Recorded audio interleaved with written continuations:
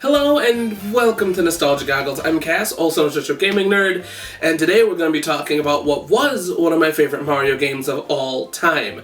I used to love this game so much. It used to be what I would arguably say was my favorite when people asked me. So today we're going to be talking about Mario 3. Yeah, I own this one.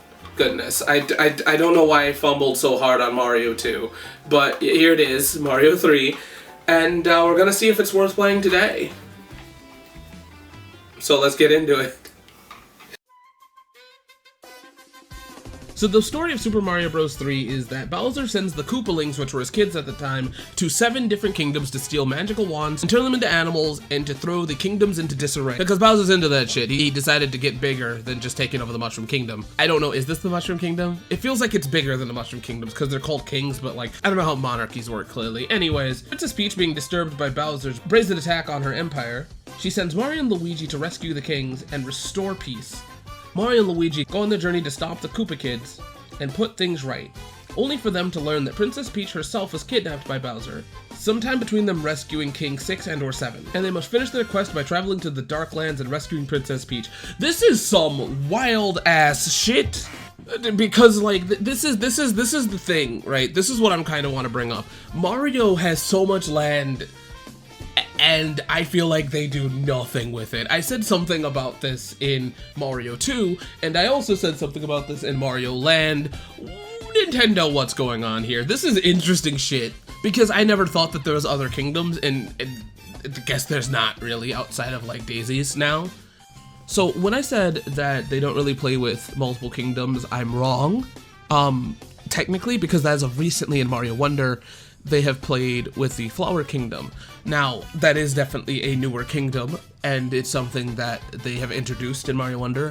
I don't know how much we're going to hear about it from this point on, but it still kind of does serve my purpose of Nintendo likes to make kingdoms and kind of just drop them, because the Flower Kingdom is the new kingdom for now, but I don't know if they're going to continue with it, and that's really the point I was trying to bring across, is that I don't know how much they're going to bring back these other kingdoms. So, with that being said, this was wild, dude. This was wild for the time. This is crazy. It narratively is interesting to see the other lands being whole kingdoms instead of just something you kind of blaze through. Because in Mario, you just kind of go through multiple areas, and that's just it. There's no rhyme, there's no reason. But in this one, there actually is one, and I think that that's freaking genius, right?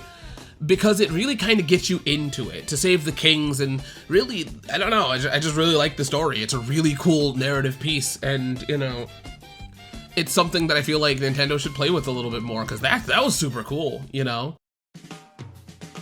When it comes to the gameplay of Mario 3, this is one of the most important Mario games, or one of the most important 2D Mario games, when it gets right down to it, because this is the one that started most of what we know the Mario games to be nowadays, with the idea of using maps, because this is the first one that allowed you to have a map and allowed you to select where you wish to go. This has been something that has been in Mario games like Mario World and New Super Mario and even Mario Wonder. So it's something that definitely is super prevalent, but even then outside of it, this is the one that really started a lot of other things, like power-ups that help with traversal, like the Tanuki suit or the frog suit that help with you being able to navigate the levels. I understand that Mario 1 had like the fireball, but that's about it. This one is where we started getting into more intricate power-ups, and some that continued on into other games like Mario 3D World. The Tanuki suit returns, and also the concept of it returned in New Super Mario Bros. 2, where that returns. But I feel like this is kind of the start of that. It's even carried over technically in Super Mario World with the cape allowing you to fly, but it wouldn't have probably been a concept that was considered if not for Mario 3. And, you know, the haunted areas or haunted castles and so on and so forth, this game is kind of the start of most of that, and I think that that's majorly impressive. This game also introduced item storage and allowing you to choose items whenever you please, as long as you get them from certain places on the map like Toad houses and or encounters. But also you can get some items from Princess Peach as well within this game. This has been something that was utilized in other games in other ways, but it's very interesting that it is here. It allows the traversal of the map to be done easier in some cases, allowing you to have a hammer to break bricks or other stuff, but it also allows you to pick up and use items such as, you know, your leaves and your mushrooms and your fire flowers and your frog suits and so on and so forth. This is a very interesting mechanic that is somewhat utilized in other games, but it's still one that started here. Mario 3 is just a beautiful game when it comes down to what it is. It's definitely Mario, but upgraded after Mario 2 or Mario USA. It's very interesting to see that they wanted to go back to their roots, and they did an amazing job at doing such. I think that the greatest thing about this game that I think in the gameplay department is that it's definitely just classic Mario with better upgrades.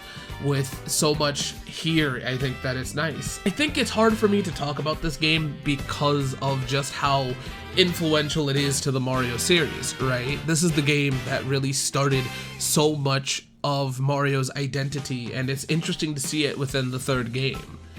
And I don't exactly know what else I want to say about this one. It just did so many things, and it did so many things well. And I feel like it's just an obvious game. You know, it was one of my favorites for a while, and I think that as a game, it's just what you expect from Mario today. And I think that that's madly impressive. This is the game that also introduced the Koopa Kid, and that's really all I have to keep saying is, and I can't stress it enough, this is pretty much the start. The gameplay itself is nothing to write home about to me. It's, like I said, the standard Mario. It's what you should expect from Mario's franchise from this point on. I know that it's a little bit more difficult, especially near the ending. I think that that might just be the Japanese version, but that's like the only cartridge I have on hand. I do have the NSO version, but I can't tell you the mad differences between all the versions of Mario 3.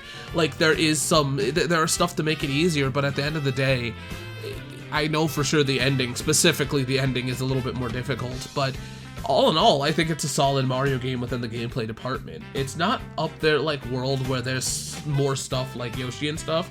Like that I can probably talk more about because that brings a whole new gameplay mechanic. But this one solidifies what Mario is as a game, you know, and what it is when you expect power-ups, and, you know, solidifies what 2D Mario is. And I think that's all I really have to say. With that being said, let's move on to the presentation. When it gets right down to it from the start, Super Mario 3's presentation is notable and just kind of mind-blowing, especially if you think about it in perspective. We started with the NES games and Donkey Kong, and now we are here with super colorful platforms and unique platform slopes. There's also a level that plays with perspective of enemies and so on and so forth, and all of this stuff is stuff that I would have never imagined for the NES at the time. It feels like they put a lot of love and effort within the presentation of this game alongside understanding of what the NES can do, and I think that that definitely needs to be praised. The other thing that comes to mind with this game is also the music. I know I'm not talking much about it, but just look at it, right? When it comes down to the visual presentation. And audibly as well is another thing that I don't really feel like I have to explain. It's definitely iconic Mario. The craziest thing to me is how they did it and how they went from NES Mario to this.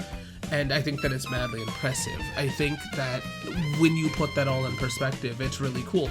Now, yes, Mario 2 USA was a good-looking game, right? Was a game that I feel really helped them understand what they could do, but this one is the one that I feel like is a little bit more impressive because it also, despite the fact that I said in the NES, that's the game that gave us these characters, this is the game that helped kind of define them a little bit more. It's also what helped them be defined as enemies as well, and I think that without this game, obviously presentation-wise, we wouldn't have the Koopa Kids, and I think that they were translated very well alongside Spike and so many other enemies. I feel like the thing that's interesting is not much changes from this point when it comes to enemy presentation and so on and so forth. I think that all in all, right, this game, when it comes to presentation, is really, really, really crazy and really, really cool. That this game looks so good for the time, and it looks so good even for today. The NES is a console that constantly impresses me, and this is a game that definitely is super impressive. So, with that being said, let's move on to accessibility. So when it comes to the accessibility of Mario 3, it's all over the place. The original NES version will set you back about 16 to 20 bucks And yeah, there are some psychopaths that want to sell the game for like 50, but I really don't see the reason for that. Mario 3 is a pretty accessible game on the NES, and I feel like if you go to a mom and pop shop, you could find it for about like, 15 to 20 bucks, but I don't know if I'd 100% recommend that for reasons that I'll explain later. The game also was released on Super Mario All-Stars. I'm going to name the price despite the fact that you're going to hear it all over. You could get that game for about $20 to $40, and that's the Super Nintendo version. And there are also the prices for the Wii versions as well, depending on the box and yada yada, something I said before. And last but not least, there's the world's most confusing version of this game, Super Mario Advanced for Super Mario Bros. 3. Nintendo, why? Anyways, with that being said, Super Mario Advanced for Super Mario Bros. 3 will set you back about the same price as the NES version, about $14 to $20. Once again, there are some crazy people that want more, but like, I don't know what to tell you.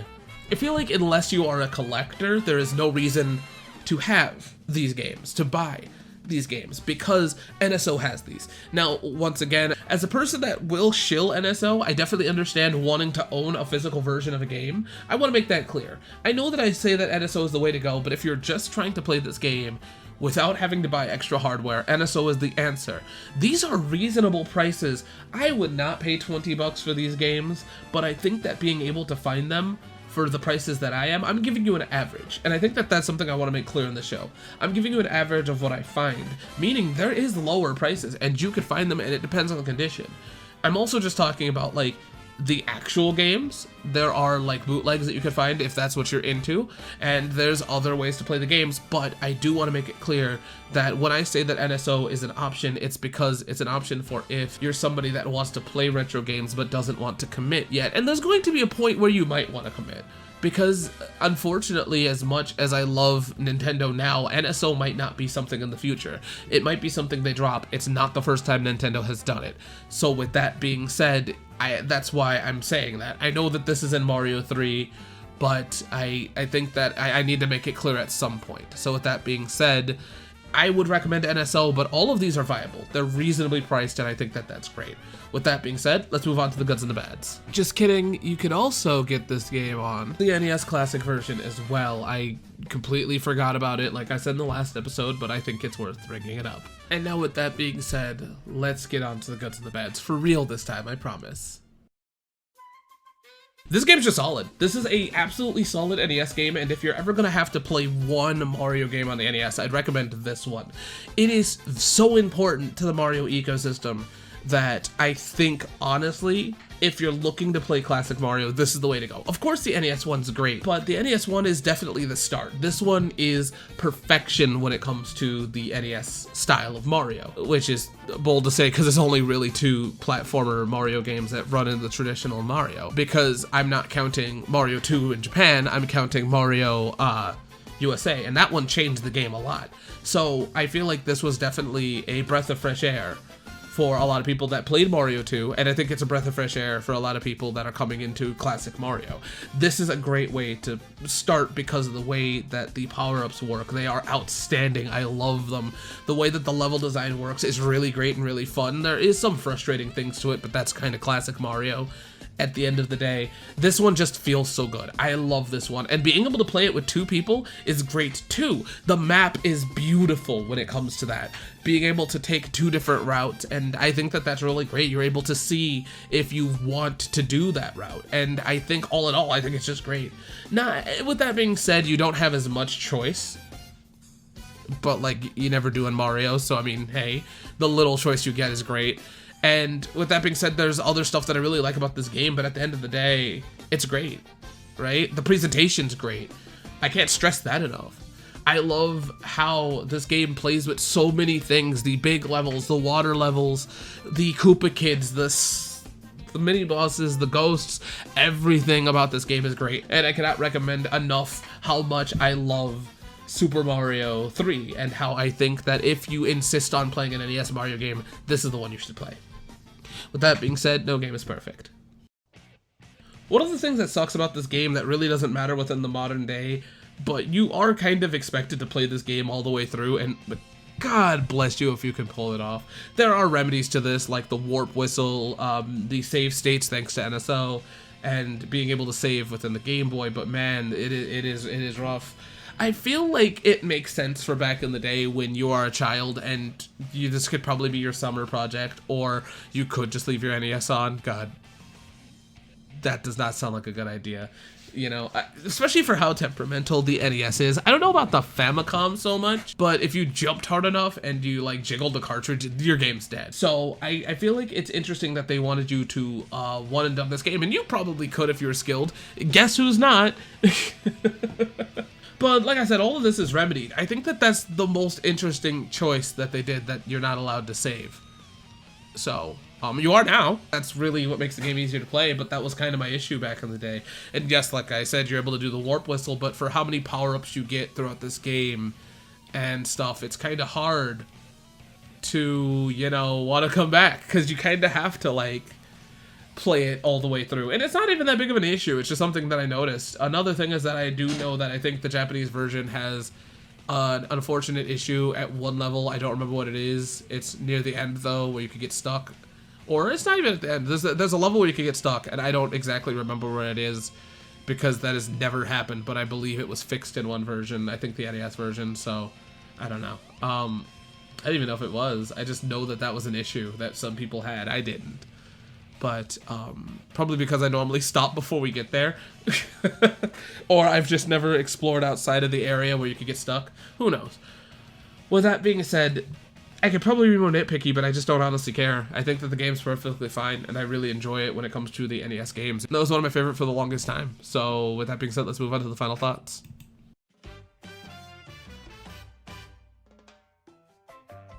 So, is Super Mario 3 worth playing today? The answer is, yeah, absolutely.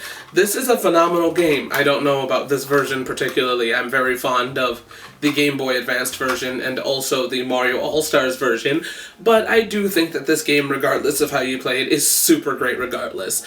Being the first of many, and also being the game that kind of was a predecessor of what is today my favorite 2D Mario game, period. So with that being said, yeah, it's worth playing. So let's get to the big boy and talk about what is today my favorite Mario game, and maybe one of my favorite Mario games of all time. I don't know where it's at, but it's one of them. So let's get right in to Super Mario World next time on Nostalgia Goggles. Bye!